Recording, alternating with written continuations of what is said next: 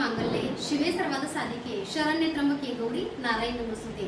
आज लक्ष्मीपूजन आहे आणि लक्ष्मीपूजन बघा आपण फक्त दिवाळीच करावं का, दिवाळीलाच करावं का असं काही नाहीये। लक्ष्मीपूजन तुम्ही प्रत्येक महिन्याच्या अमावस्येला करू शकता।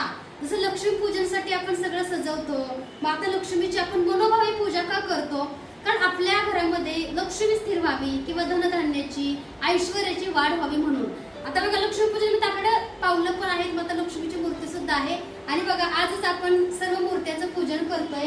कुबेर भगवान, माता लक्ष्मी, त्याचं बघा लक्ष्मी मातेचे चरण पाऊले बघू शकता, उल्लू। आता हे बघा माता लक्ष्मीचं आसन आहे, ह्याची पूजा मंगळवार शुक्रवार किंवा फक्त शुक्रवारच्या दिवशी सुद्धा तुम्ही करू शकता लक्ष्मी सोबत। कुबेर भगवान म्हणजे धनाची देवता आहे, त्यामुळे कुबेर भगवान सुद्धा उत्तर दिशेला तोंड करून तुम्ही तुमच्या देवघरामध्ये किंवा तुम्ही तुमच्या कपाटामध्ये ठेवू शकता। त्याचं बघू शकता कलश आहे, धनाचा कलश आहे, त्यावर बघा अष्टलक्ष्मी कासव आहे।